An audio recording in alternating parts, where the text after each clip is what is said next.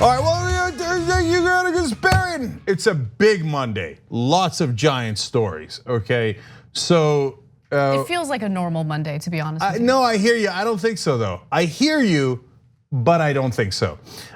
So first off, we got Trump with more madness with Turkey and the Kurds. We're gonna get into that right away, so I don't have to tell you much about it because we're gonna tell you in a minute.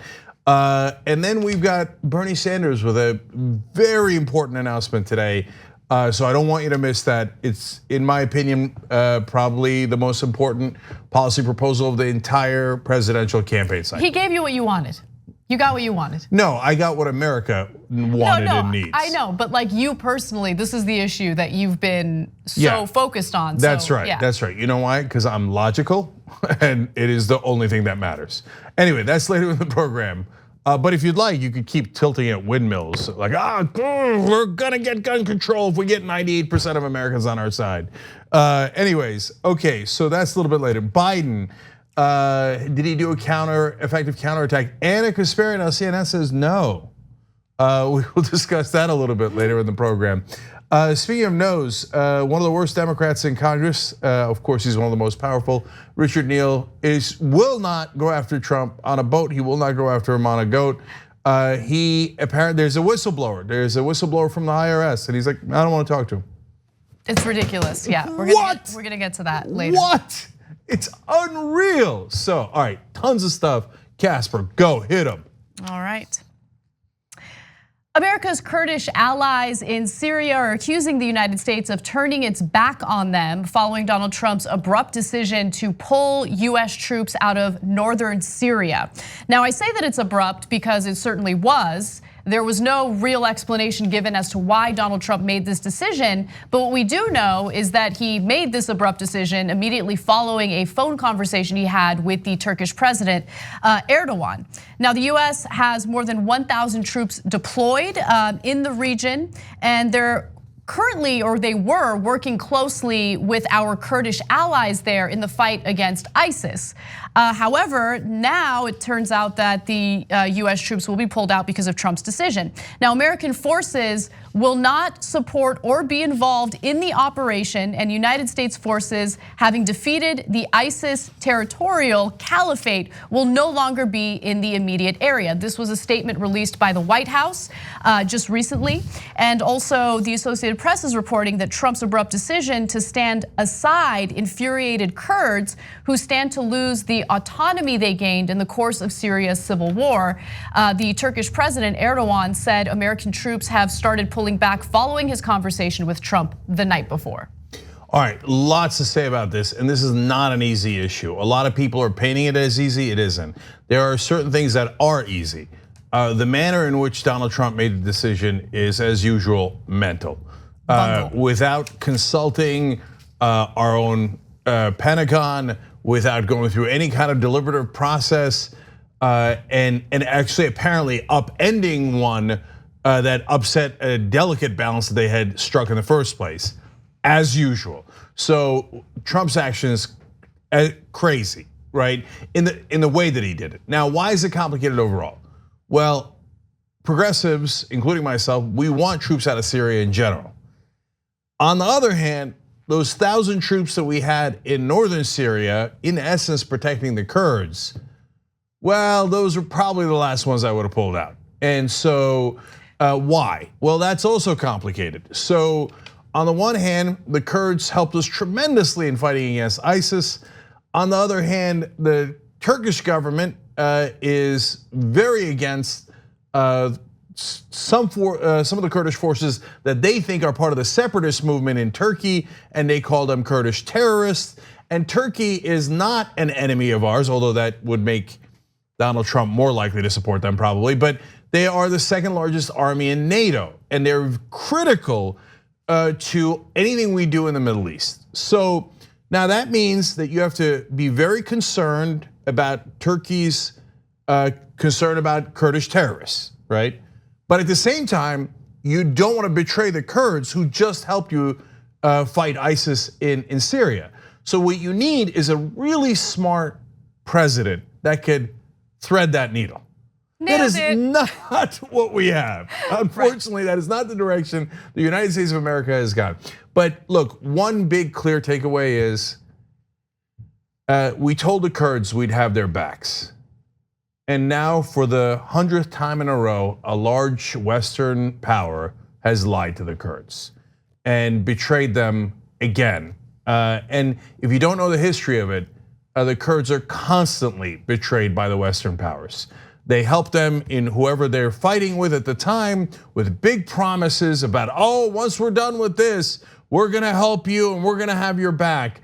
And as usual here, Donald Trump, and hence, unfortunately, the United States of America, has said to the Kurds one more time, no, we were lying. We're now gonna let the Turks roll into your territory and do whatever they want. Yeah, so let me give you more details on that, because the conflict between the Kurds and the Turks is a serious conflict, and there are already some provoking statements made by the Turkish government. They want to create something known as a safe zone. Don't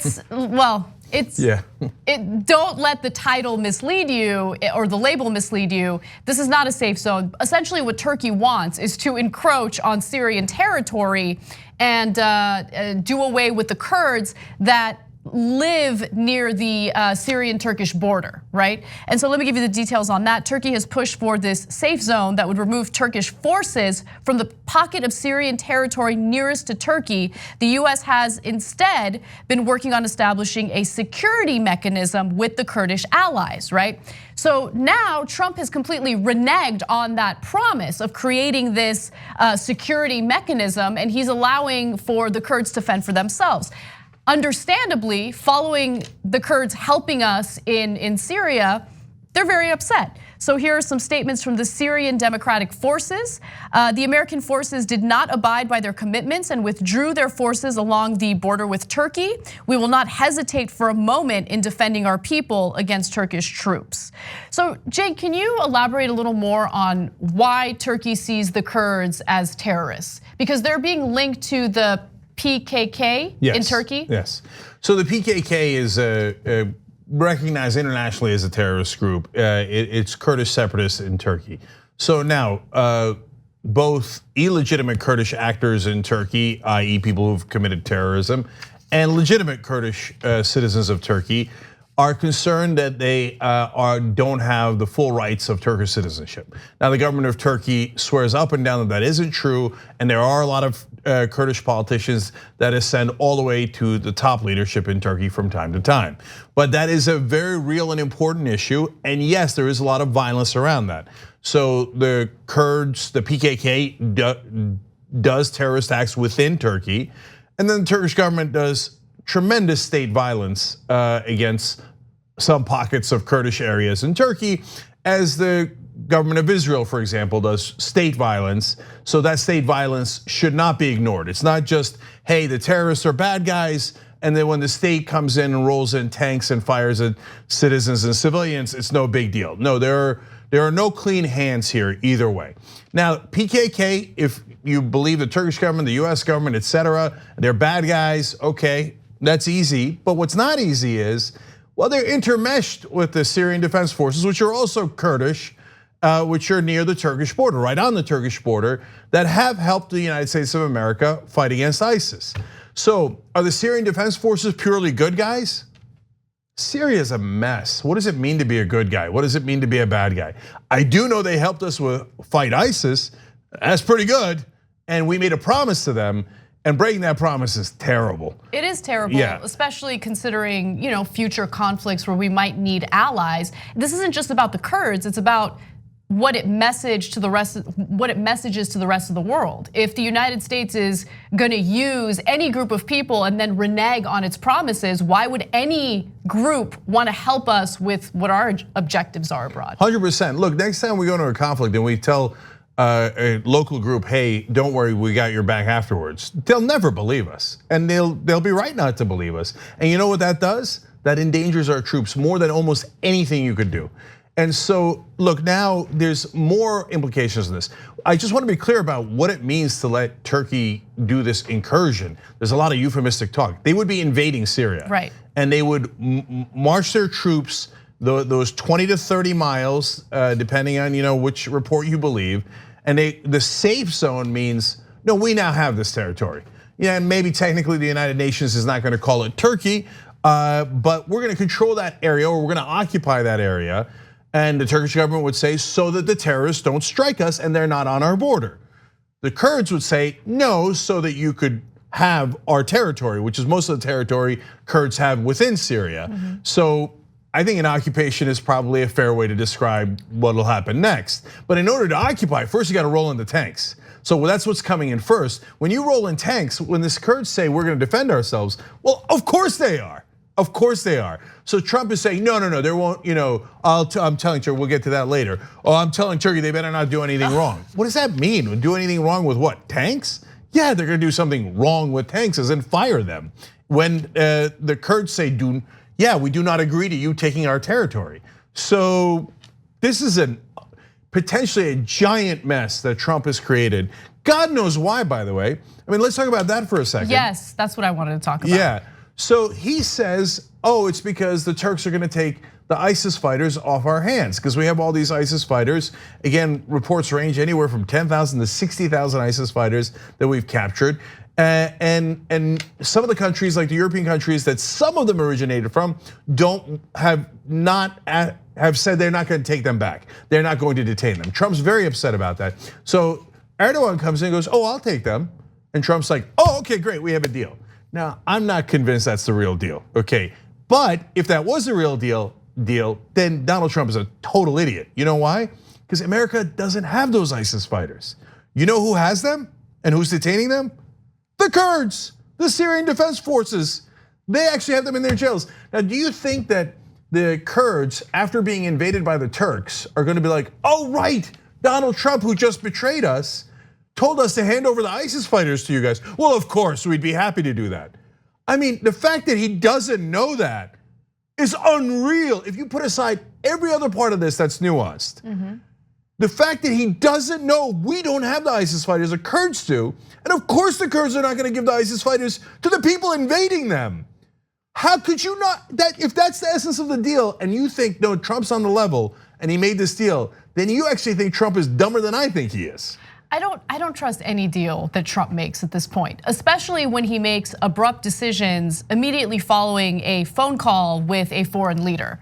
So he's in the middle of this impeachment investigation because of the fact that he's hitting up foreign leaders, asking for favors that help him personally and politically, right? And so what happened in that phone call with Erdoğan? Why did he make this decision? What type of favors were exchanged, if any favors were exchanged? I just think that this is incredibly suspicious. And yeah, I mean, is Trump an idiot? Does he know the nuances of this situation? Does he care to be briefed on these foreign policy issues? No, of course he doesn't want to be briefed. He doesn't care.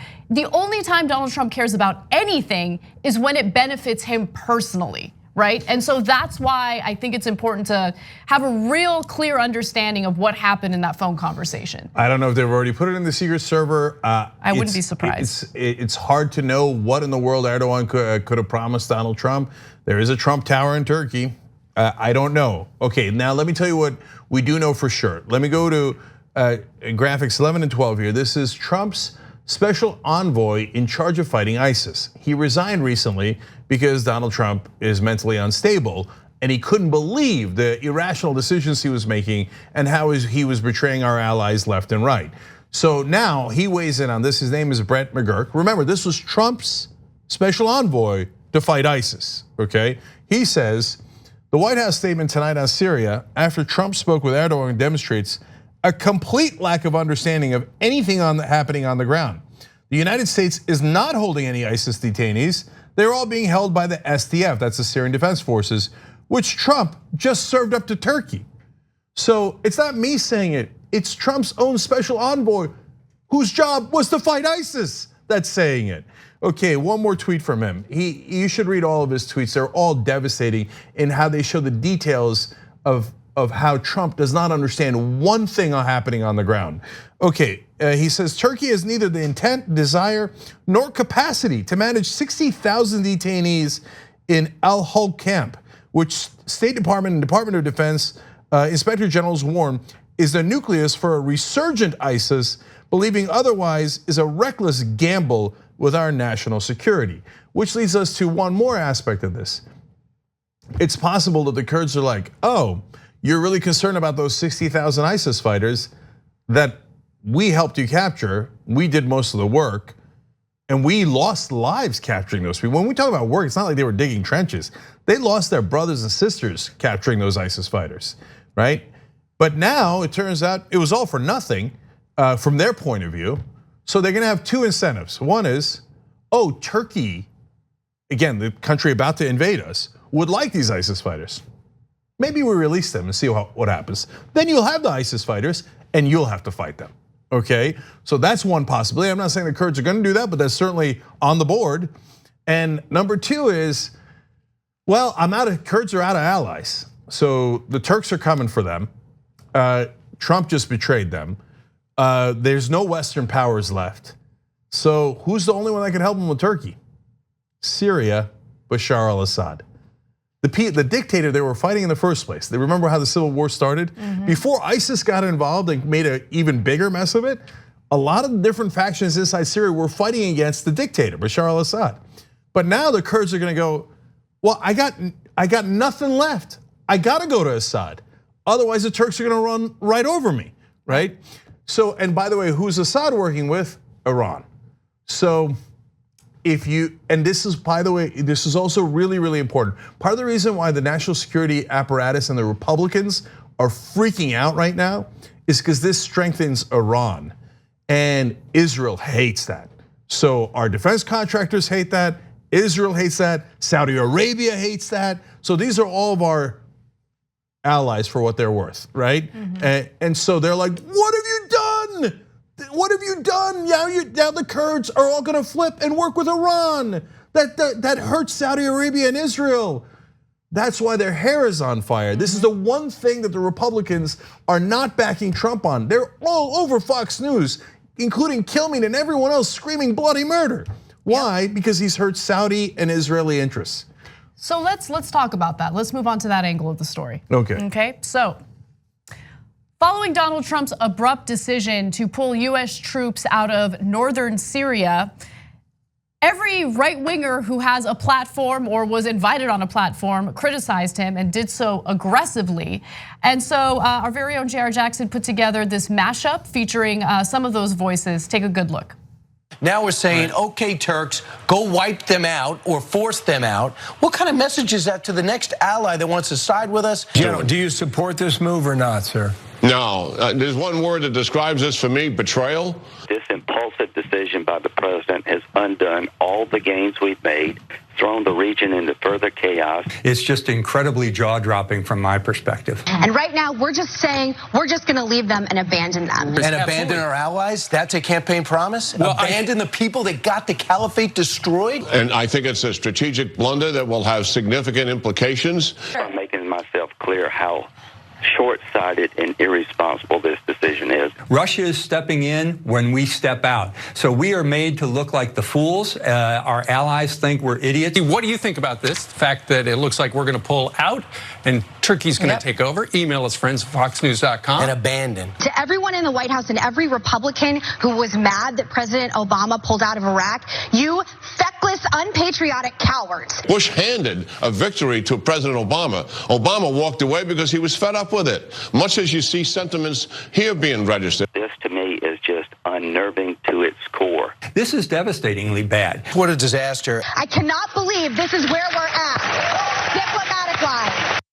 It's interesting to hear, this long list of right-wingers go after Trump because they're critical of Trump's decision from a completely different angle, right? Yeah. I mean, they're listing things that make sense, but a lot of those people just want more war. And so, we'll get to that in just a second. But in response to the critics, Trump put out two tweets that I want to share with you. He said, first, as I've stated strongly before, and just to reiterate, if Turkey does anything that I, in my great and unmatched wisdom, consider to be off limits, I will totally destroy and obliterate the economy of Turkey I've done before.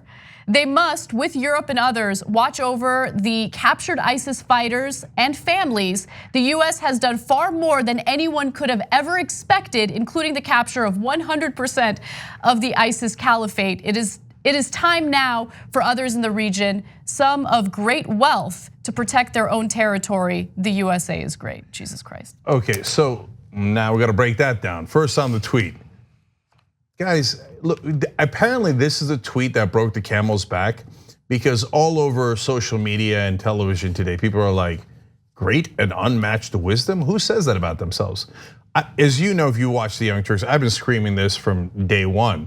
Like when the guy says, I'm a very stable genius, and yells that into the ether. And he's now said that on 3 different occasions.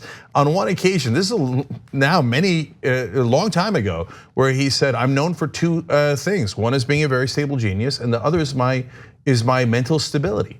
No, I'm sorry, the first part was for being like a smart person, and the second part was mental stability.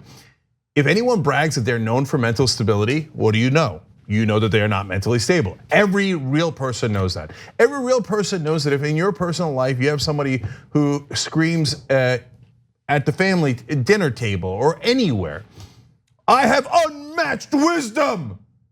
That's the crazy uncle. That's the lunatic, and you try to help him, and you try to get him therapy, you get him drugs, etc. But the last thing on earth you do is make him president.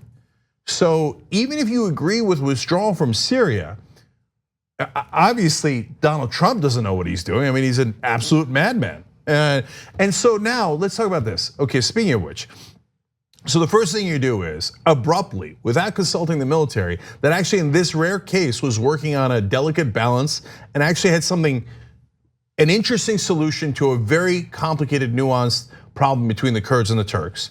You don't consult with them and you blunder in and you go, Turkey's moving into Syria. They're gonna take the Kurdish territory and I let them. So that was the original statement by Trump. People are like, what? You're letting them do an incursion into Syria? What, right? Okay, then you turn around when Lindsey Graham and Fox News yells at you and you go, oh yeah, I could destroy Turkey's economy like I did before. When did you destroy Turkey's economy before? And why would you say that to a country you just made a deal with? Totally. And by the way, again, that's the 2nd largest army in NATO and one of our top allies. I know these days allies are questionable. I mean, Saudi Arabia is an ally, and Turkey's done some wonderful things for America and some not so wonderful things. It's nuanced, but for him to go and go, I will destroy your economy. They'd be like, what, didn't we just make a deal with this guy? In fact, look, I'm ethnically Turkish. So I have friends and family in Turkey, and I remember a while back, a family member was asking, like, in Turkey, all the news is trying to analyze a sentence that Donald Trump said about Turkey. I'm like, already a mistake, right? And they're all trying to figure out what is the secret meaning behind it and what is the strategy. I was like, please. oh yeah, there is no strategy. So right now I can tell you all over Turkish television and all the Turkish politicians are like, what does he mean destroy our economy? What is the strategy behind that? There's no strategy, he's an idiot. He's a total moron. Okay, who goes around and says, I am no good. I mean, it's like literally the guy in The Wizard of Oz. With my unmatched wisdom, right? So, all right, so that's Trump being the lunatic that he is. Now, to the conservatives on television, they're half right, half wrong. The half that they're right about is, don't just blunder out overnight. Consult with the Pentagon, figure out a strategy. How do you execute this, etc., instead of being a temperamental child that you are. The half that they're wrong about is they're like, oh, don't ever leave Syria. Oh, our troops must be on the ground. Yep. We gotta have boots on the ground permanently occupying the Middle East. No, we don't. So how would a progressive president handle this? I would hope that they would come in and go, we are going to withdraw from those countries, but we're going to do it in a way that is smart. So when the Pentagon says we can't, that's like your opinion, man. Right. No, I got elected to withdraw us from those countries. But what you're gonna have to do is put together, it's not optional, you're gonna have to put together a plan that takes 6 months, or it takes a year, or it takes 3 months, whatever it is, that threads the needle, protects the Kurds, but withdraws our troops. I know it is difficult, but it is doable. What you don't do is, I talked to Erdoğan last night, and he promised me things, so we're getting out tomorrow. And by the way, reports from the ground are, American forces are withdrawing today. They are already packing up and leaving. Because Yep. we have a commander-in-chief who's a lunatic. And remember, the US was already working on some sort of defense mechanism for the Kurds. So once the US troops do pull out eventually, there would be something in place to protect the Kurds. But Trump has decided, I'm just gonna go ahead and pull the troops out and renege on the promises that we made to the Kurds who helped us battle ISIS in Syria. So that's what's going on. All right, we gotta take a quick break. When we come back, we have more news for you, including an update on this insane whistleblower situation, impeachment investigation. There are updates to this story nonstop and you don't want to miss it. We'll be right back. We hope you're enjoying this free clip from the Young Turks. If you want to get the whole show and more exclusive content while supporting independent media, become a member at tyt.com/join today. In the meantime, enjoy this free segment. All right, back on the Young Turks. Blackheart writes in the member section, Cenk, we can't go after the windmills. Their noise causes cancer. Windmills. Guy's absolute lunatic. Anyway, he says the noise from windmills causes cancer, and we move on with our lives. As if the president is not insane. Because we have no choice, because he says other insane things. And so you're chasing this insane clown president nonstop. And his insane clown palsy online. Anyway, Mr. Lomberg says, we didn't have to betray the Kurds badly enough the first 2 times we left them out to dry. Got to make it a trifecta, apparently. It's not as if they're our de facto strongest Middle East allies or anything. Marie says, I've met 14-year-olds screaming into Fortnite with more military tactics than cadet bone spurs. We all know it's for Trump Tower Istanbul. I don't know, but I would certainly want to know. Let's put it that way. Ruth M says, Trump's erratic behavior is alarming. He's clearly becoming unhinged. I fear the next crazy thing he'll do. And why are we interfering in the affairs of other countries when we can hardly run our own? Well, certainly true. Last one, Megs on Twitter says, apparently I'm not supposed to have political news on in the bar. I don't know if you tried to put on TYT in the bar, and if you did, I love you. PS, guaranteed if Fox or CNN was on, it wouldn't be an issue. That's why I do it. Hashtag progressive power. Nice. That's right. Look, we're not only on YouTube, we're on YouTube TV, Pluto, Roku, Zoom. Well, there's so many outlets that we're on. You could just have somebody turn those on in any bar, office, etc., where they have a TV, especially if they're on Fox. Have them turn it to TYT. There's no reason why they shouldn't do that. Okay, yes, what else, Anna? All right, a few announcements before we move on. Kevin Smith will be on Old School this week, Tuesday, October 8th. He'll be talking about his upcoming Jay and Silent Bob reboot. And members will get the full episode starting at 9:30 p.m. Eastern Time, 6:30 p.m. Pacific. For full access, that's only available to our members. Go to tyt.com/join. Also, we are improving the user experience on our website, tyt.com. If you're interested in personalizing your experience here at TYT, all you have to do is create an account. That's totally free. You don't have to be a member to do it. And then you get to follow your favorite shows like No Filter and get updates on things that you like the most about the network. Again, go to tyt.com, create an account, and then you can personalize it. And then finally, the Westerville, Ohio meetup. I think Cenk should talk about this since you're gonna be there. Yeah, so tyt.com/rally as usual. We're gonna do a meetup. Not only that, we're gonna have some wonderful speakers there. Hopefully some Just Democrats as well. So that's the day of the debate. That's October 15th. That's in Ohio. So tyt.com/rally. We've done it before. Now this is more of a meetup than a rally, but we are gonna have speakers. The only difference is that this is indoors rather than outdoors. But we would love to see you there. So please make it out if you can. I'm gonna add quickly to the other 2 things that Anna mentioned. The personalization, it allows also our hosts to get to know you better. So the more you put up about yourself, the more when I read a comment, I could find out, oh, that's what they look like, or that's what their interests are, etc. Yeah. And you could check off not only hosts, shows to follow, but topics to follow. Like, so if you care more as I do about money and politics, you could check that off. Make sure you get all of our stories on that, but also hosts to follow. You could be like, oh, Cenk, take it or leave it. Casper, I'm gonna follow her. So if there's a video about her, you'll get that served up to you, etc. Yeah, look, here at TYT, we here for you. Nice Succession reference. Okay, all right. I know cultural stuff. And so obviously Kevin Smith's tomorrow on Old School. Tonight, Peter Melman, one of the top writers and producers of Seinfeld, is gonna come on. Really interesting guy, don't miss that either. That's in the third hour. All right, what's next, Dana? All right, we have more updates on Syria, so we're gonna get to that. Donald Trump held a press conference to answer questions about his abrupt decision to pull US forces out of northern Syria. Now that, of course, effectively left our Kurdish allies abandoned to fend for themselves against Turkish provocations. And Trump has decided he's gonna double down and he's gonna defend his decision. Let's take a look. We only have 50 people in that area. That's a small sector.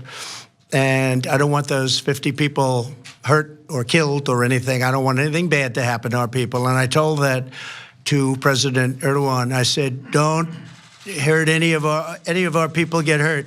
Big trouble. But I have told Turkey that if they do anything outside of what we would think is humane, to use the word a second time, we talk about Hong Kong, we talk about this, they could suffer the wrath of an extremely decimated economy.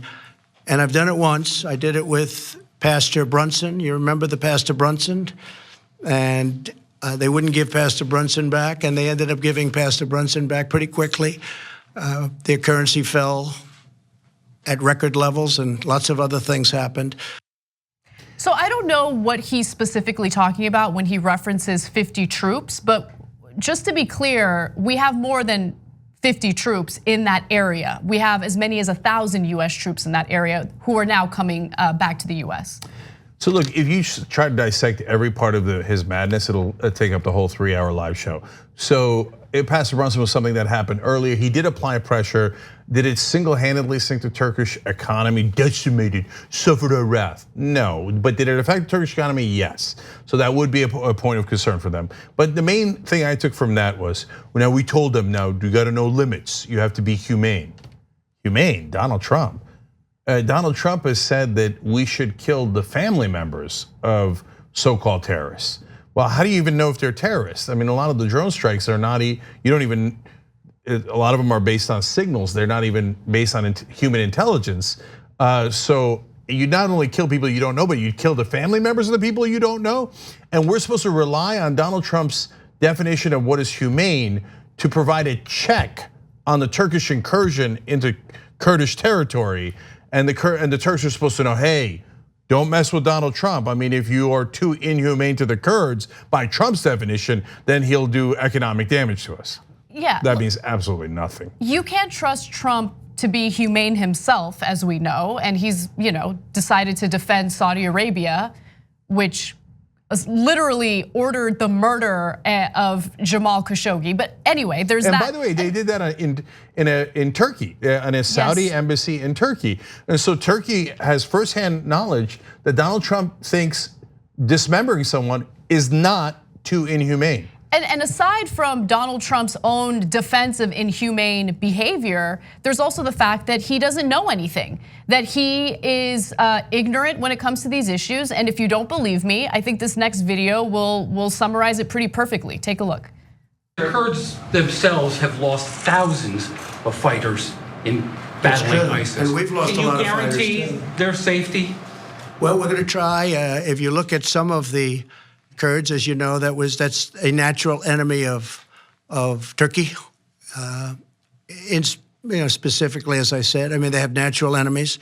They've been fighting each other for, somebody said today, hundreds of years. I mean, one historian said they've been fighting for hundreds of years.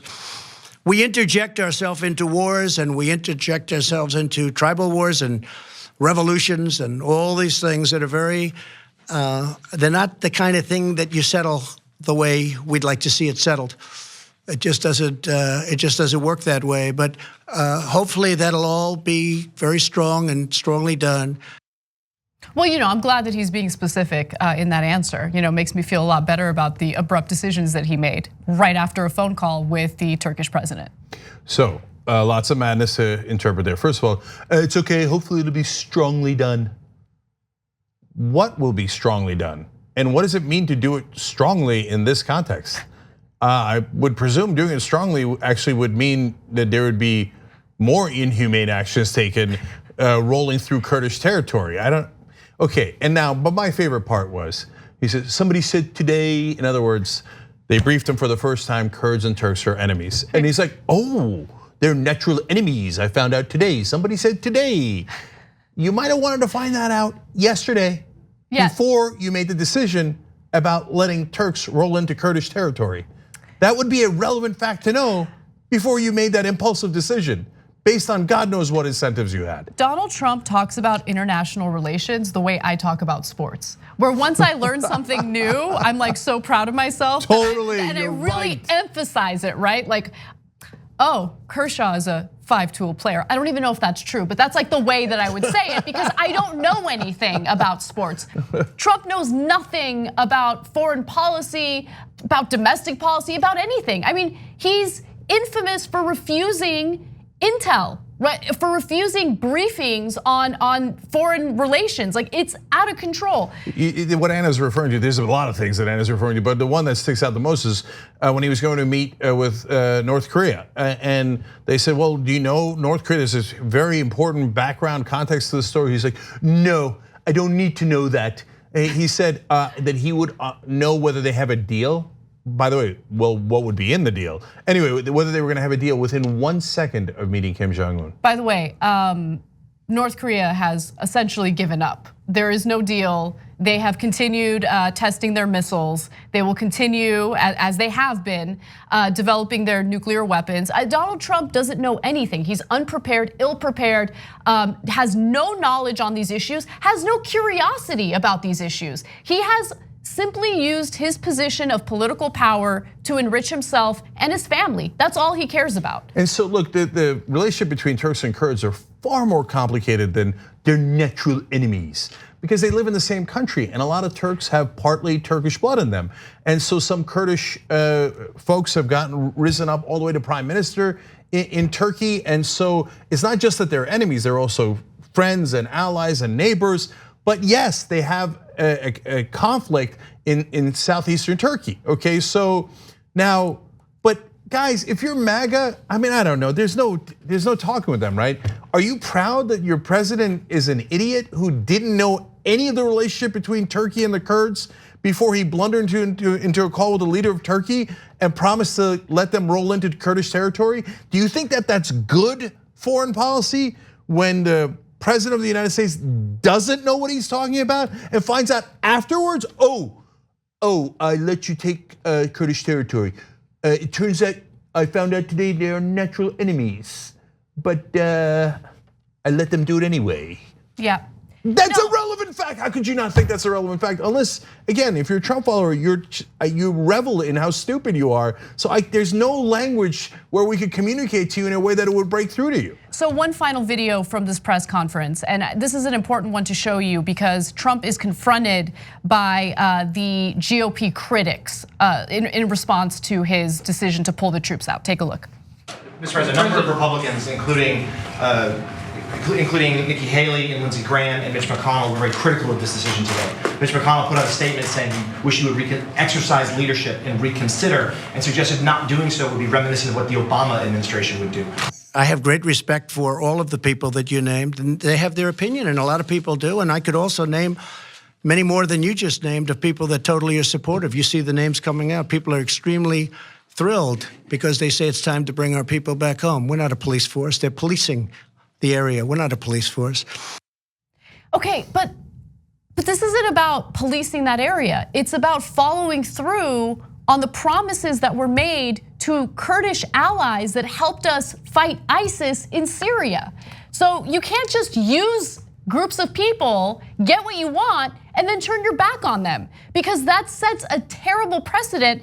I mean, think about what could happen in the future if you need to work with allies abroad to, succeed in whatever objective, right? Hopefully it's not a shady objective where we meddle in other people's, situations, but you can't just renege on your allies like that. It sets a terrible precedent, and he's just gonna continue doubling down on it. So last two things here. Look, we can't be, progressives agree, we can't be the policemen of the world or the Middle East. But if there was a progressive president and they asked me, which would be funny, although it makes sense, if they asked me, hey Cenk, should we just pull out right away and leave the Kurds to fend for themselves? I'd say, no, don't do that. Hold on, we made promises. Let's figure out what our promises were. Let's figure out what the Pentagon thinks is the right balance. That doesn't mean they're right, but let's have a conversation with them. Then let's talk to groups that care about Kurdish interests, Turkish interests. Let's be smart, let's figure this thing out and come up with a holistic strategy. Instead of, I called Erdoğan and it turns out they're natural enemies, but I let them invade. I mean, like, come on, what is this, right? I mean, somebody today on Twitter, I mean, it's funny, but they said, Trump is starting to sound like Cenk's imitation of Trump. Oh, totally. Right, and one last thing, I know it's now minor, but look at that smug picture. I know. No, but that right there that's the definition of unearned confidence. That's what that looks like, right? Like a guy who doesn't know anything, but is so stupid he doesn't know anything, looks like this. Okay, anyway, so if you notice, he said there's a lot of tribal conflicts, right? And he said that on a couple of occasions in this press conference. Why is it that when there's conflicts in Northern Europe, which historically happened endlessly, there was endless wars in Northern Europe, right? Those are not tribal conflicts. When you're in the Middle East, it's a bunch of tribes, tribal conflicts. You have, I think Hitler was a warlord. You could have easily called him the worst warlord that ever existed, but he's not a warlord. But anybody that picks up a weapon in Afghanistan, warlord, okay? Yeah. So look, I know it probably doesn't crack the top 100 things that he's done that are racist, okay? But nonetheless, and he's not the only one that does it. But anytime that it's like, oh, the Middle East, bunch of tribes there. Yeah, Turkey's a tribe, right? Anyway, all right, we gotta take a break. And when we come back, we're switching gears. We're gonna focus a little more on the impeachment investigation, lots of updates there. And then later in the show, my appearance on CNN, but more importantly, Bernie Sanders' awesome proposal just rolled out today. Cenk loves it, I love it. We'll give you the details.